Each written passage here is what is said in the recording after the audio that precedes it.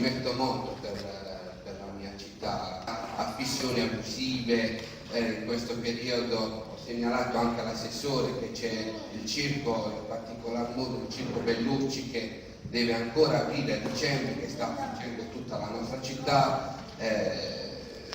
Ecco, affissioni abusive a non finire, anche pare della denominazione erano un centinaio, credo che nessuno, non penso, non le abbia viste in città. Ebbene, io le ho tolte, sono andato col taglierino e le ho tolte abbastanza. Ora le do, non so a chi, se al sindaco, ecco, ci sono degli altri che sono incollati sui muri e nei quali non le ho potute togliere, mi dispiace.